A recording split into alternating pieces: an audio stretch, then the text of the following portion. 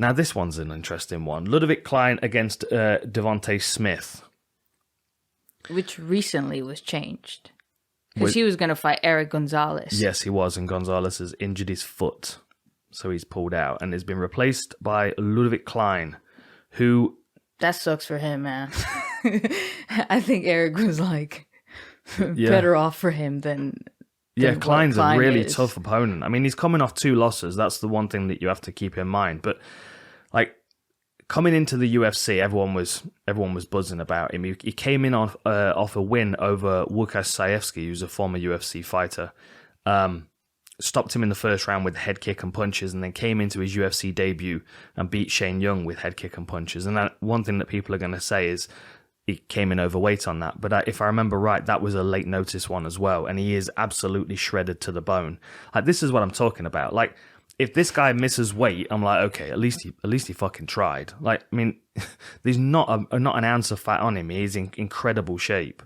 But then that does mean he kind of treads close to the weight class limit. And I do wonder how that's going to affect him coming in on short notice against Devonte Smith. Because it wouldn't surprise me at all if his main priority for this whole time fight week, Ľudovít Klein I'm talking about, is cutting weight.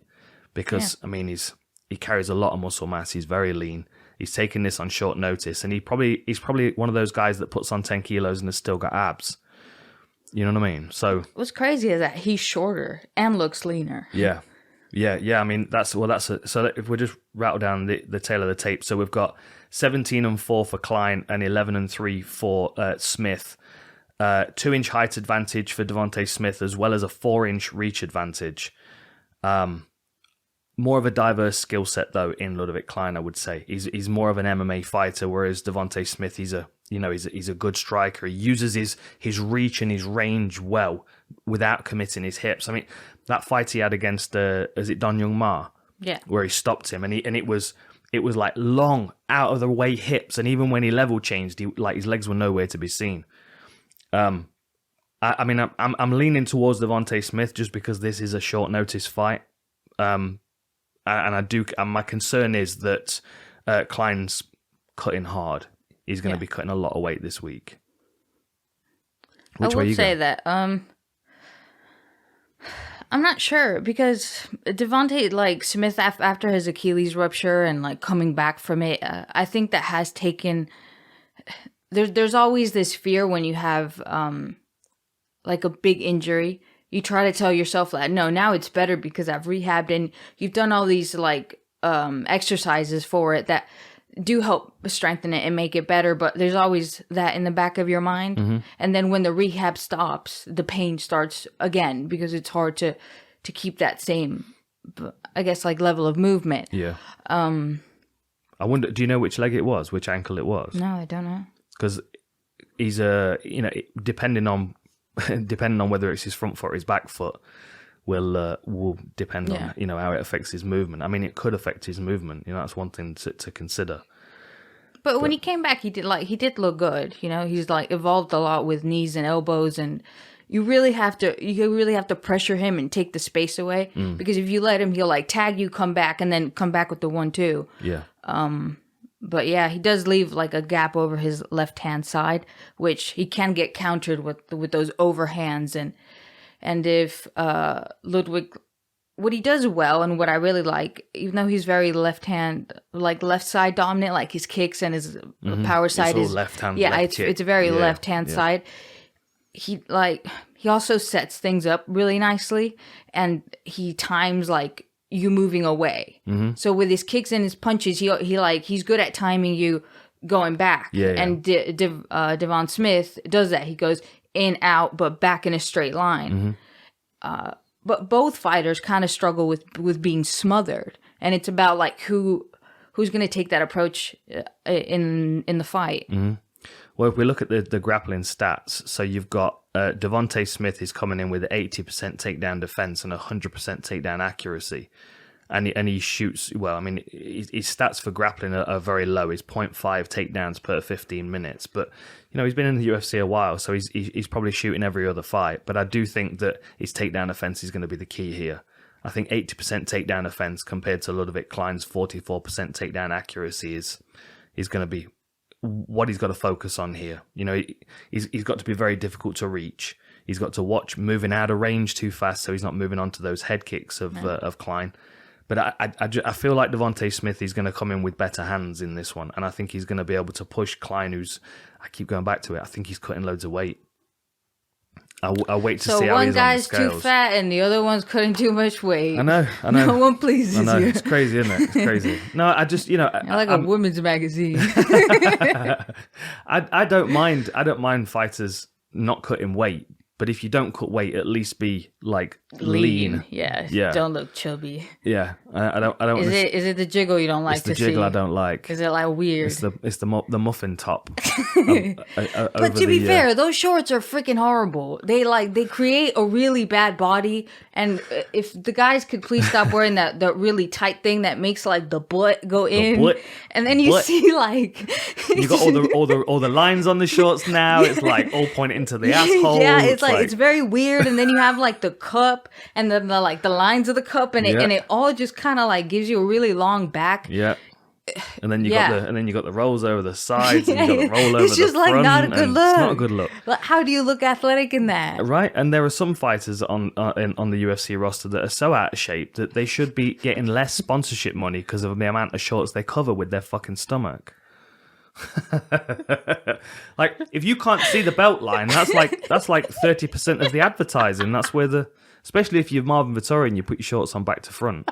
The good thing with him is he's lean enough so he can put his shorts on however he wants. You can still see the sponsorship. But no, I can get excited about a fighter for so long, and I do enjoy Oleksiejczuk's style.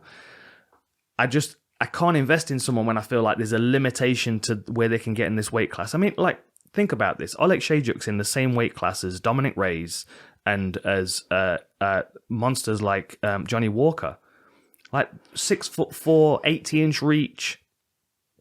He'll look like a kid in front of those people. And you know, you put him up there at the top of the division. I mean, just look at the people that he's up against. Can you imagine him fighting Alexander Rakic? Like, it would look like something from Middle Earth. They're just not the same size. I would imagine it because he's like down. You know? He's like, all right, let's go then. Yeah, true. I mean, the majority of the guys that he's going to face are either the same height as him or taller than him. But so does he cut like a lot of weight or something? I don't think so. He just like walks around at that, and he's just like, "That's it. I'm Lord, not the Lord. I'm Lord." Yeah, I don't think he cuts a great deal of weight. I do think he cuts some, but not a lot. But do you think sometimes it has to do a little bit with a division? Because, like, for example, I spoke to Omar Morales, and he was fighting at lightweight, and then he cut down to feather, and in my opinion, it took away a lot of his skill because he was already cutting so much. But he was already lean at lightweight. Yeah, he was like. But the reason he did it was because he saw an easier path through featherweight. So maybe Lord sees an easier path through light heavyweight. Not saying that there is, but maybe that's what he sees. I don't know. I'd rather roll the dice at middleweight against the likes of Sean Strickland and Paulo Costa than I would at light heavyweight against the likes of Magomed Ankalaev and Dominic Reyes and Rakic. I don't know. It's just there's a point in this weight class where he's going to start to look really small against the guys he's fighting, and under-conditioned compared to them as well. Like, a lot of these guys are in great shape.